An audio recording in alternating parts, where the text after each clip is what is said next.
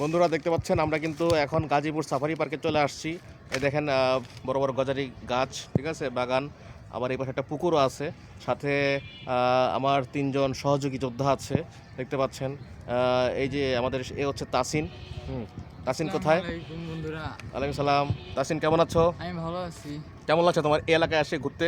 এই এলাকায় এসে খুব ভালো লাগছে। এখানের প্রকৃতি অনেক সুন্দর, আকাশটা অনেক সুন্দর আছে, আবহাওয়াটা ভালো আছে। খুব সুন্দর, খুব ভালো লাগছে।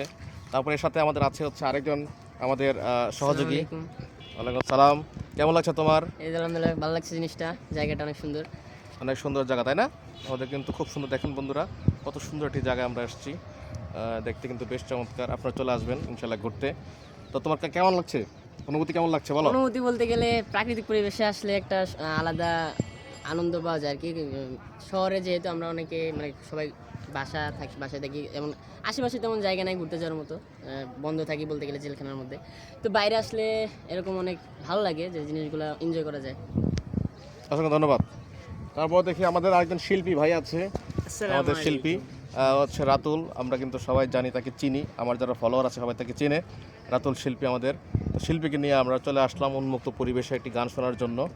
তো আপনারা ইতিমধ্যেই দেখতে পাবেন তার গান আজকে বেশ কয়েকটা রিলিজ হবে। তো আপনারা শুনতে পাবেন, শুনে অবশ্যই কমেন্ট করবেন। তো রাতুল কেমন লাগছে তোমার? হ্যাঁ, অনেক ভালো লাগছে। এখানে সচরাচর আসা হয় না, কিন্তু আজকে আসলাম, মনটা সতেজ হয়ে যাচ্ছে। মানে কি বলবো, শান্ত তো সব বলেই দিছে, আসলে বলার কিছু নাই। এরকম পরিবেশটা আসলে মনোমুগ্ধকর, খুব ভালো লাগছে আমার। অসংখ্য ধন্যবাদ। বন্ধুরা, আপনারা যদি এরকম শান্ত পরিবেশে, মনোমুগ্ধকর পরিবেশে আসতে চান, তাহলে চলে আসবেন এই সুন্দর একটি জায়গায় এবং মনের তৃপ্তি নিয়ে আবার চলে যাবেন বাসায়। ধন্যবাদ সবাইকে, ভালো থাকবেন, সবাই সুস্থ থাকবেন। আল্লাহ হাফেজ।